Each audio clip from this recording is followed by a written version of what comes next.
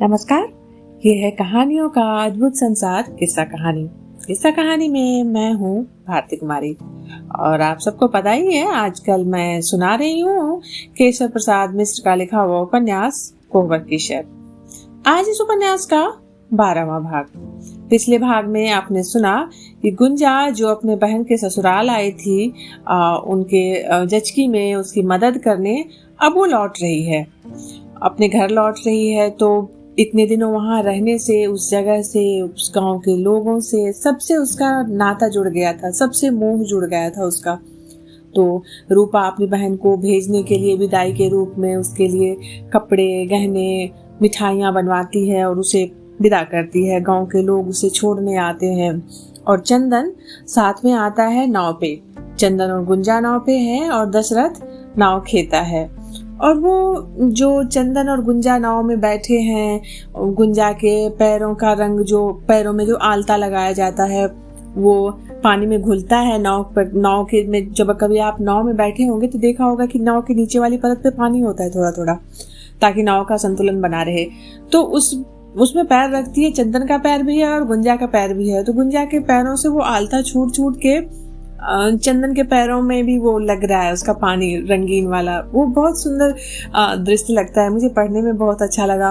और अगर आपने ये फिल्म देखी होगी नदिया के पार, तो यहाँ पर एक बहुत ही अच्छा, बहुत सुंदर गाना बजता है और वो गाना है, याद है, गुंजा रे चंदन चंदन। याद आया गाना? तो फिर अभी मैं अगला अध्याय भी सुनाने जा रही हूँ आप लोगों को। जिस वर्ष सोना में बाढ़ ना आती, उस वर्ष बलिहार के पास पड़ोस के गांव की सरेई में भदई कसकर होती थी। अगर बाढ़ आ गई तो हजारों बीघों में छाती भर ऊंची खड़ी फसल गंगा की गोद में चली जाती। इन खेतों में भदई बोना जुए का खेल था। सब कुछ जानते हुए भी इन गांवों के अधिकतर लोग ये जुआ प्रतिवर्ष खेलते थे। 20 बिगहा खेत की अपील माल की बड़ी अदालत में हो गई थी, लेकिन अचलगढ़ का जमींदार 20 बिगहा पर कब्जा कर लेने की ताक में लगा हुआ था। दवरी और सावन के बाद जब लोगों की खलिहानें उठ गई तो बैसाख के आरंभ में ही काका ने गांव बिटोर किया। जामुन वाली परती पर सांझ के समय सूरज डूब जाने के बाद गांव के बड़े बड़े तथा नवहियों की जुटान हुई। पहले 20 बिगहा में भदई नहीं बोई जाती थी। काका ने बिटोर में प्रस्ताव रखा कि इस वर्ष इसमें भदई बोई जाए और लगन की खेती की कोड़ाई हो। गांव के बहुत से लोग मजदूरों के 20 रुपए बीघे की दर से 20 रुपए बीघे की दर से अपने खेत कोड़वा लेते थे। काका के प्रस्ताव पर लोग हंसे। काका ने खड़े होकर कहा, 20 बिगहा को अगर बचाना है तो जैसे मैं कहता हूँ गांव भर को उसमें मदद करनी पड़ेगी। अदालत कानून सब तुम ही हो गए क्या? सुमेसर मिसिर बोले। अदालत कानून के नाम पर खेती की सारी आमदनी तो हड़प गई कृपा निधान। अगर बिहंसी ना होती तो हिसाब की बही भी ना मिलती। अब दाल भात में ऊंट का ठेहुन बनोगे तो ठीक ना होगा। बाण बाण गए, 9 हाथ का पगहा भी लेते गए। ना करेंगे ना दूसरों को करने देंगे। काका ने जब लताड़ी तो सुमेसर मिसिर चुप लगा गए। काका फिर बोले, हमारी राय है कि गांव के 20 आदमी रोज खेत कोड़ना शुरू कर दे। घर पीछे एक आदमी अपनी पारी पर रोज खेत कोड़ने जाए। गांव में जितने घर हैं उसके हिसाब से एक घर की पारी 7 दिन में एक बार आएगी। पारी आरी बांधने चलाने की झंझट कौन संभालेगा? किसी ने कहा। सब मैं कर लूंगा, इसका भार मुझ पर रहेगा, बस गांव हमारी पीठ पर तैयार रहे। काका अपना जनेऊ निकाल कर बोले, अचलगढ़ के जमींदार अदालत में भले जीत लें पर खेत पर कब्जा नहीं कर सकते। लेकिन करना क्या होगा? एक संवेद स्वर उभरा। करना ये होगा, काका ने कहा, गांव के लोग अपने इस खेत को बोएं। 20 बिगहा खेत की आमदनी कम नहीं होती। आधी आमदनी घर के पीछे बांट दी जाए, बाकी का आधा मुकदमे की पैरवी में लगे, बाकी गौजी धर्म के खाते में जमा हो। गांव को अगर विश्वास हो तो आमदनी खर्च का हिसाब मैं करने को तैयार हूँ। बिटोर में आए हुए लोग सोचते हुए आपस में एक दूसरे का मुंह ताकने लगे। काका हिमालय की सी दृढ़ता से भीड़ के बीच खड़े होकर चारों ओर ताकते रहे। कुछ देर तक जब कोई ना बोला तो काका फिर यहाँ बोले, हाँ या नहीं का जवाब तो गांव की ओर से मिलना ही चाहिए। खेत 20 बीघे का है, गांव के ईमान का सवाल ऊपर से है। सब लोग चुप हो एक दूसरे से खुसुर पुसुर बतियाते रहे। काका कोई उत्तर ना पाकर फिर बोले, या तो गांव हाँ करे या कोई दूसरा उपाय सोचे। अच्छा, हम लोगों को काका की बात मंजूर है। गांव के 2-4 नवही और 1-2 प्रौढ़ व्यक्ति एक साथ बोल पड़े। फिर बाकी लोग भी हाँ में हाँ मिलाने लगे। उसी समय काका भीड़ में बैठे हुए 20 आदमियों के नाम लेकर बोले, कल अच्छा दिन है, ये लोग भोर में 20 बीघा कोड़ने पहुंचेंगे। लोगों ने मंजूरी दी और बिटोर उठ गया। उसी समय अपने खंड में आकर काका ने गांव भर के घरजनुआ की एक फहरिस्त बना ली। भोर में उठकर जिसको जिसको जाना था उसे खंड में जाकर जगह आए। 20 आदमी थे। 21वें काका स्वयं अपनी कुदाल लेकर 20 बीघा में पहुंच गए। कतार में खड़े 21 आदमियों की कमर भर ऊंची बेंट वाली कुदालें सिर के ऊपर उठकर खेत में धंसती तो धरती जैसे दहल जाती। ऐसा प्रतिदिन होता। जिस दिन जिसकी पारी होती काका सांझ को ही उसके घर जाकर बता आते और स्वयं भी खेत पर नित्य जाते। दिन भर इधर उधर व्यर्थ बैठे रहने वाले, विशेषकर चैत बैसाख के लगन के दिनों में रोज नाच देखने की टोह में लगे रहने वाले काका के जीवन में ऐसा परिवर्तन देख गांव के लोग बेहद अचरज करते। किंतु काका थे जो 20 बीघा की चिंता में सोते, 20 बीघा की चिंता में जागते। अड़ोस पड़ोस के गांव में एक से बढ़कर एक नाच नौटंकियां आई। लोगों ने चलने का लालच भी दिया, लेकिन काका ने सुना और हंसकर टाल दिया। किसी ने बहुत जोर दिया तो बोले, हमारे लिए नाच नौटंकी तो अब 20 बीघा है यारो। गांव की आन रही तो बहुत नाच नौटंकी देखने को मिलेगा। 4-5 दिनों बाद लोगों में ना जाने कहां से इतनी लगन समा गई कि बिना बुलाए बिना पारी के लोग खेत कोड़ने जाने लगे। 20 की जगह 30-30, 40-40 आदमी खेत कोड़ने लगे। गांव भर में काका ने जैसे शंख ध्वनि फूंक दी। 10-10 साल के बच्चे तक ललकार उठे। कोड़ने वाले के संग झुंड के झुंड बच्चे भी जाने लगे। बड़े लोग खेत कोड़ते, लड़के दूबे चिखुरते, ढेले फोड़ते। दिन भर कोड़ाई। सांझ को दिन डूबने के बाद जामुन वाली परती में गांव के लोगों की जुटान और केवल 20 बीघा की चर्चा। सिर पर अंगोछा, घुटने तक मुड़ी हुई धोती पहने 40-40 आदमियों की कुदालें सिर के ऊपर एक साथ उठकर खेत में गड़ती तो देखते ही बनता। कभी तो अचलगढ़ के लोग जैसे तमाशा देखने आते। 20-22 दिनों की मेहनत में खेत कोड़ दिया गया। तूबे भी चिखुर कर लड़कों ने साफ कर दी। खेत एक मेड़ से दूसरी मोड़ तक करैल माटी के बड़े बड़े ढेलों से भर गया। बलिहार के लोगों ने चैन की सांस ली। काका को लगा यज्ञ का पहला चरण समाप्त हुआ। उसके बाद आषाढ़ की पहली बरसात में ही 20 बीघा के करैल माटी के ढेले फूट कर छितरा गए। दूसरी तीसरी बार की बरसात में तो खेत फूल की तरह खिल उठा। काका घूमने जाते तो खेत देखकर उनकी छाती गजभर की हो जाती। भदई बोने का सवाल आया। कुछ लोगों की राय हुई कि उसमें भदई ना बोकर इकट्ठे कतकी में ही बुआई की जाए, किंतु काका इस बार फिर गरजे। 20 बीघा बोया जरूर जाएगा। गांव अगर बीज का दाम ना देगा तो मैं दूंगा। और खेत में जनेरा बो दिया गया। देखते देखते छाती भर फसल उग गई। गांव उसी तन्मयता से सोहनी निगरानी करता रहा। 6-6, 7-7 फीट के जनेरा के पौधे खेत में लहराने लगे और जब एक एक पौधे में दोहरी तिहरी बालें लगने लगी तो बलिहार वालों की छाती जुड़ाने लगी। संयोग ऐसा हुआ कि उस साल सोना में बाढ़ न आई। काका का ललाट 2 अंगुल और चौड़ा हो आया। रात को अगोरने के लिए खेत में 20 ऊंची ऊंची मचाने गाड़ दी गई। लोग अपनी अपनी पारी पर रात को खेत अगोरने लगे। 20 बीघा ने सोना उगल दिया। काका के खलिहान में सैकड़ों मन जनेरा का टाल लग गया।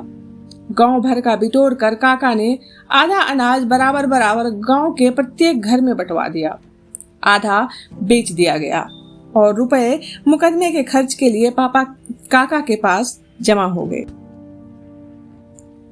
जनेरा कट बिक जाने के बाद काका के मन में अपार हर्ष समा गया। बड़े विश्वास से वो 20 बिगहवा के मुकदमे की पैरवी करते। क्वार भर तो सभी लोग इत्मीनान से रहे, सोचते थे कि कार्तिक में इस खेत को फिर से अच्छी तरह जोत कर गेहूं बोया जाएगा। कार्तिक में ही मुकदमे की तारीख पड़ी। आशा से पहले ही फैसला हो गया, बलिहार मुकदमा हार गया। काका का सारा उत्साह 2-3 दिनों के लिए ठंडा पड़ गया। ना किसी के यहाँ जाना, ना किसी से बोलना, चुपचाप अपने खंड में पड़े रहते। गांव के लोगों ने उनकी उदासी का कारण समझ उन्हें समझाया, पर काका थे कि खेत की चिंता में डूबे तो डूब गए। जामुन वाली परती में गांव का बिटोर हुआ। लोगों ने तय किया कि चाहे जैसे भी हो, अचलगढ़ के ठाकुर को खेत पर कब्जा न करने दिया जाए, खेत उसी तरह जोता बोया जाए। काका इस बार कुछ न बोले। अचलगढ़ के ठाकुर को इस बात की भनक मिल गई। डिग्री हो गई थी, इसलिए उसने कार्तिक में खेत जोतने बोने का निश्चय किया। बलिहार के भी जासूस ठाकुर का हल चढ़ने के दिन ही टोह में लग गए। दोनों ओर के भेद एक दूसरे की ओर खुलने लगे। ठाकुर अपने गांव के लठेतों के साथ हल बैल लेकर 20 बिगहवा पर आ पहुंचा। इधर से बलिहार के लोग भी लाठी भाले के साथ खेत पर बाढ़ की तरफ फैल गए। खेत की एक डरार पर बलिहार के लोग, दूसरी डरार पर अचलगढ़ के लोग लाठी भाले से लैस खड़े थे। हाँ, अचलगढ़ के लोग कम थे, जो थे वे ठाकुर के किराए के आदमी थे। इधर बलिहार के बच्चे बूढ़े तक उम्र पड़े थे। खेत के बीच में ठाकुर के हल बैल आ गए। साथ में 5-7 आदमियों के साथ ठाकुर आगे बढ़ा। इधर से 4-5 आदमी और डोर से बटे हुए लोटे में भरा जल लेकर निहत्थे काका काका काका और ठाकुर में बातचीत होने लगी। ठाकुर बोला, देखिए तिवारी जी, आप लोग मुकदमा हार गए हैं, अब खेत पर कब्जा क्यों नहीं करने देते? मुकदमा किस बात का हारे हैं ठाकुर? काका ने कहा, इस 20 बिगहवा खेत का, जिसे डुमराव महाराजा ने मुझे पट्टा लिख दिया है। और ठाकुर ने पट्टा का कागज खोलकर काका को दिखाया। ये पट्टा लिख देने से कुछ नहीं होगा ठाकुर।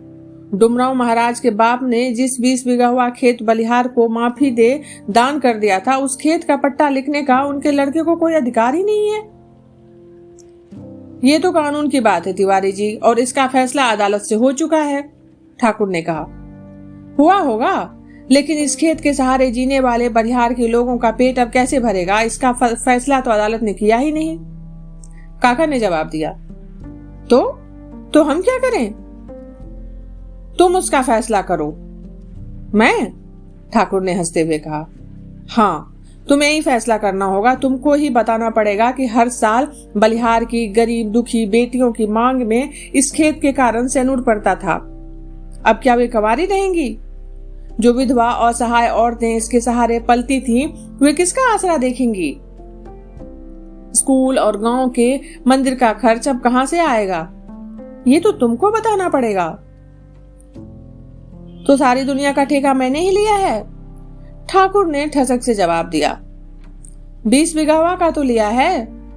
जरूर। तो ठेका अधूरा क्यों रहे, पूरा ले लो। जिनकी महतारी के मालिक बने हो, उन बच्चों का भी भार संभाल लो ठाकुर। काका के व्यंग भरे स्वर में अपार दृढ़ता थी। पीछे से बलिहार के लोग काका की पीठ पर उफन आए थे, किंतु हाथ के इशारे से काका हर बार उन्हें रोक देते थे। देखिए तिवारी जी, बहस मत कीजिए, खेत जोतने की साइत बीती जा रही है, ठाकुर ने कहा। खेत कैसे जोतोगे ठाकुर?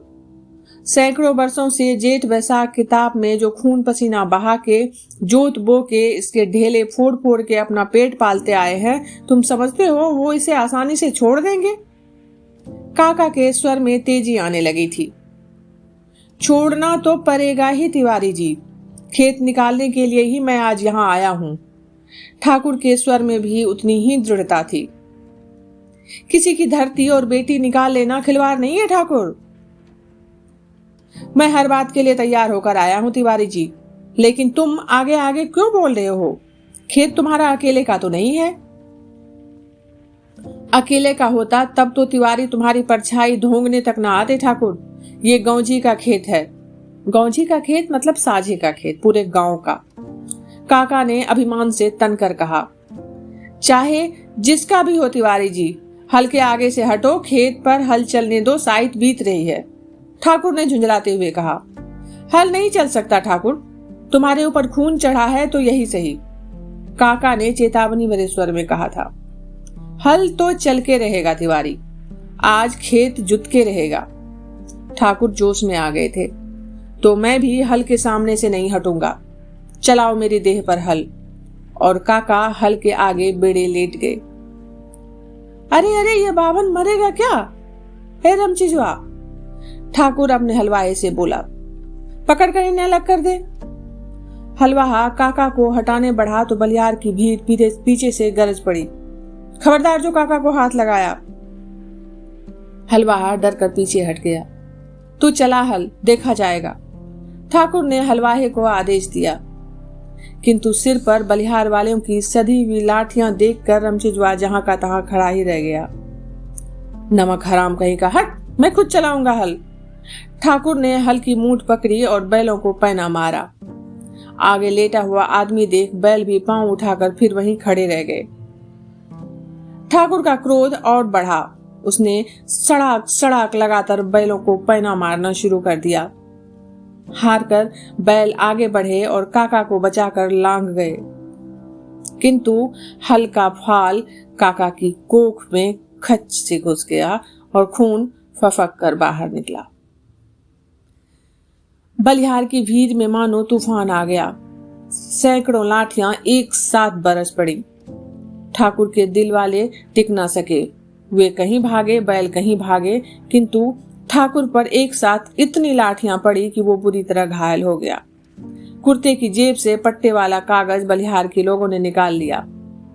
काका लोगों के कंधे पर लद कर आए। सारा गांव उनके आंगन में जुट गया। खून बुरी तरह निकल रहा था, फिर भी काका होश में थे।